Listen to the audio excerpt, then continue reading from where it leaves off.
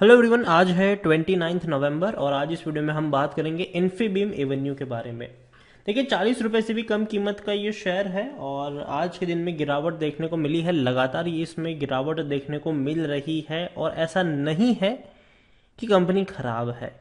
Company का जो business है वो डेफिनेटली बेहतरीन बिजनेस है। कंपनी के रेवेन्यू बढ़ रहे हैं, कंपनी का प्रॉफिट बढ़ रहा है, लेकिन शेयर प्राइस में पैनिक जरूर है और उसी के बारे में हम यहाँ पर चर्चा भी करेंगे। और इतना ही नहीं भैया, रिलायंस के साथ भी डील इनकी हो चुकी है। तो सारी चीज़ों के बारे में डिस्कस करें उससे पहले अगर आपने अभी तक चैनल को सब्सक्राइब नहीं किया है तो प्लीज़ अभी इसे सब्सक्राइब कर लीजिए, क्योंकि आगे भी बहुत सारे वीडियोस हैं जो आपको काफ़ी ज़्यादा हेल्प करेंगे।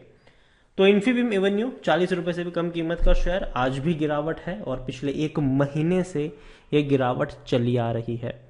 एक महीने में अगर देखें तो 12% की गिरावट है। 45 रुपए से लगातार यहां पर गिरावट है, लगातार इसकी पिटाई हो रही है। एक साल में अगर देखें तो पिछले एक साल में इन्फीबीम एवेन्यू में कोई ग्रोथ नहीं है। लेकिन हाँ, एक चीज जरूर है कि 37 रुपीज पर पहुंचा, तेजी दिखाई, वापस टूटा, उसी के आसपास पहुंचा, वापस तेजी आई, वापस उसी के आसपास पहुंचा, वापस तेजी आई, वापस उसी के आसपास पहुंचा है। मतलब अब जिस प्राइस पे शेयर ट्रेड कर रहा है वहां पर पॉसिबिलिटी ज्यादा है बाउंस बैक की। और जनरली देखने को मिलता है कि 50 रुपए का जो लेवल है वो प्रॉफिट बुकिंग का लेवल होता है, 40 रुपए के नीचे का जो लेवल है वो खरीदारी का लेवल होता है। इवन 3 साल में अगर देखें तो पिछले 3 साल में इन्फीबीम एवेन्यू का जो शेयर है उसमें तकरीबन तकरीबन 78% का ग्रोथ है। देखिए, पिछले साल कोरोना काल में ये 13 रुपए तक टूट गया था, लेकिन वहां उसके बाद अच्छी खासी तेजी जरूर दिखाई है और अभी भी तेजी ही आप कह सकते हो। इससे पहले शेयर अगर उससे थोड़ा और पीछे जाए तो एक वक्त था जब इन्फीबीम का शेयर बहुत ही बड़े प्राइस पे ट्रेड कर रहा था। 222 के करीब था, ये टूट के बिखर गया, बाद में फिर से तेजी अभी देखने को मिली है और उम्मीद करते हैं कि यहां पर तेजी अब बरकरार रहे। इन्फीबीम एवेन्यू को लेकर अगर हम देखें तो मिड कैप शेयर है, 5400 करोड़ के आसपास का इसका मार्केट कैप है। वॉल्यूम देखें तो 30 लाख के आसपास है, कोई बड़ा वॉल्यूम देखने को नहीं मिला है। लेकिन अगर प्रमोटर की बात करें तो हल्की सी बिकवाली प्रमोटर ने जरूर करी है, लेकिन फिर भी 31.07% की होल्डिंग है। और उसके बारे में बातचीत करें उससे पहले इन्फीबीम की ये वेबसाइट पर अगर मैं आपको ले चलूं तो यहां पर आप देखेंगे तो सीसी एवेन्यू जो मतलब पेमेंट होता है, पेमेंट गेटवे होता है।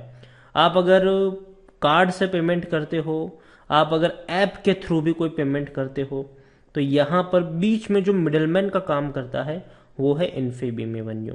सीसी एवेन्यू आपने सुना हो, जब भी आप कोई पेमेंट करते हो तो आपको पता चलता है कि बीच में अगर आप फोन से करते हो, कार्ड से पे करते हो, किसी भी चीज के लिए ऑनलाइन पेमेंट करते हो, तो सीसी एवेन्यू के थ्रू आपको मैसेज आते हैं और वहां से यही होता है जो ये कंपनी आपको सर्विसेज प्रोवाइड करवाती है। इनके क्लाइंट्स अगर हम देखें तो ITC hotels, MakeMyTrip, Cleartrip, यात्रा.com, पेटीएम, फ्रीचार्ज, मिंत्रा.com, Lakme, IndiGo, Airtel, McDonald, Starbucks, GoDaddy, BookMyShow, Vistara, एक से बढ़कर एक इनके क्लाइंट्स हैं और हर कोई इनके सर्विसेज को यूज कर रहा है, इस्तेमाल कर रहा है। पेटीएम, फ्रीचार्ज बहुत बड़े क्लाइंट है भैया इनके और डेफिनेटली काफी ज्यादा ट्रांजैक्शन इस कंपनी के थ्रू होते भी हैं, मिडलमैन के थ्रू ये करते हैं सारे के सारे ट्रांजैक्शन। इंडिया के साथ साथ यूएसए, यूएई में भी इनकी प्रेजेंस देखने को मिलती है। तो कंपनी दिखने में छोटी है, शेयर प्राइस की बात करूं, लेकिन असल में छोटी नहीं है उतनी ज्यादा। इवन डिजिटल ट्रांजेक्शन आप आने वाले वक्त में बढ़ने ही वाले हैं, वो कम नहीं होंगे। हालांकि डिविडेंड ने भैया इस बार लगा कि भैया क्यों ही दिया, क्योंकि देखा जाए तो 5% का डिविडेंड मतलब 5 पैसा पर शेयर का इसने डिविडेंड पे किया है। तो ना के बराबर ही है भैया, कुछ डिविडेंड पे नहीं किया है ये मान के चलिए आप। यहाँ पर इन्फीबीम में देखें तो 100% लोग खरीदने की सलाह दे रहे हैं। और हाँ, मेरा भी मानना है कि 40 रुपए के नीचे खरीदारी के मौके हैं और 50 रुपए के ऊपर बिकवाली के मौके हैं। यहां पर आप देखें तो इसॉप के थ्रू खरीदारी देखने को मिली भी थी। जो कंपनी के क्लाइंट्स खरीद मतलब जो कंपनी में ही काम करने वाले जो लोग होते हैं वो शेयर्स खरीदते हैं और इसॉप के थ्रू 30,000, 40,000, 45,000, 28,000, 36,000 बड़ी बड़ी क्वांटिटी खरीदी भी गई है। इन्फीबीम के रेवेन्यू में एक अच्छा उछाल था, 20 में रेवेन्यू कम हुआ लेकिन 21 में दोबारा रेवेन्यू बढ़ रहा है और 22 में ये रेवेन्यू और ज़्यादा बढ़ने वाला है, क्योंकि सितंबर क्वार्टर में 310 करोड़ का एक ही क्वार्टर में इनका रेवेन्यू था और उससे पहले तकरीबन जो रेवेन्यू था वो 216 करोड़ का था। मतलब देखें तो 500 करोड़ से भी ज़्यादा का रेवेन्यू इसने 2 क्वार्टर में कमाया है और इसी रफ्तार से अगर बढ़ते रहे तो 1000 करोड़ से भी ज़्यादा का रेवेन्यू कंपनी कमा लेगी। और प्रॉफिट अगर हम देखें तो प्रॉफिट हालांकि इनके अच्छे नहीं थे, 118 करोड़ का प्रॉफिट रहा, फिर 57, फिर 61 करोड़ का प्रॉफिट रहा, लेकिन अभी प्रॉफिट धीरे धीरे इंक्रीज हो सकते हैं इनके। 14 करोड़ का प्रॉफिट जून में था और 18 करोड़ का प्रॉफिट सितंबर में रहा है। अगर देखते रहे, अगर टोटल भी करें तो भैया तकरीबन 32 करोड़ के आसपास का प्रॉफिट है, तो 61 से तो ज़्यादा ही सालाना प्रॉफिट कंपनी कमा सकती है। तो रेवेन्यू इनके इंक्रीज हो रहे हैं और प्रॉफिट भी इनके इंक्रीज होते हुए आपको नज़र आ सकते हैं। तो अच्छी बात है, ये बुरी चीज़ तो बिल्कुल भी नहीं। और जो सबसे अच्छी बात मुझे इन्फीबीम को लेकर लगी है वो ये है कि कंपनी के प्रमोटर के शेयर पिछले साल तक 7.5% की होल्डिंग गिरवी थी, अब प्रमोटर का एक भी शेयर गिरवी नहीं है।